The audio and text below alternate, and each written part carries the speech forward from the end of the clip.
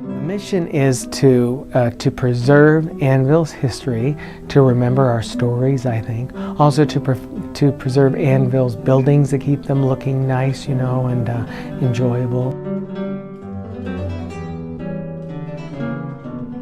Friends of Old Annville was founded in 1979, right about the time that 13 West Main Street was torn down. So people kind of rallied together and said, we got to do something about this. Let's form the Friends of Old Annville. There was one particularly energetic woman in town, Tanya Richter, who was a little bit alarmed at this, and she wanted to see Annville retain its historic buildings. But they started tearing down the building on a Friday night, which we didn't expect at all. I was in the building while it was being demolished. No one even attempted to salvage it. It was simply trashed. So that actually, though, was what got a lot of people starting to organize, and that was really the beginning of Friends of Old Annville, people coming together.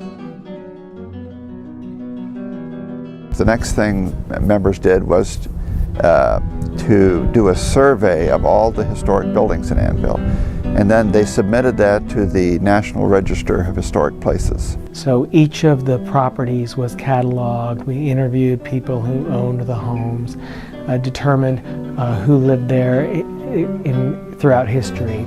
And that was quite a process. We had to do research on individual properties.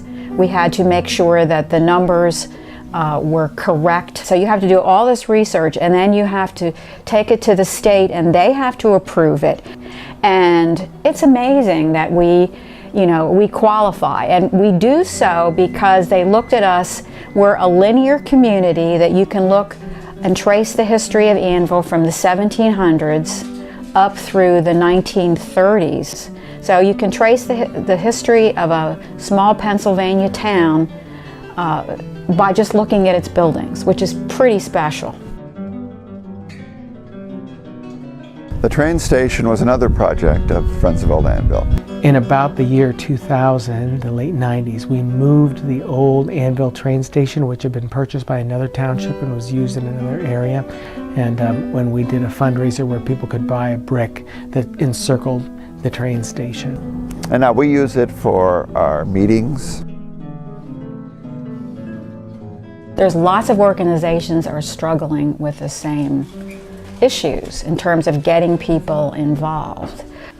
Particularly the younger people who live in the homes that are in the historic district. They're the guardians of these properties, and we would love to include them in our organization. We needed to emphasize Annville history for the community so that we could all sort of appreciate that history, and then people might be more willing to preserve buildings. So we do local history and we do historic preservation.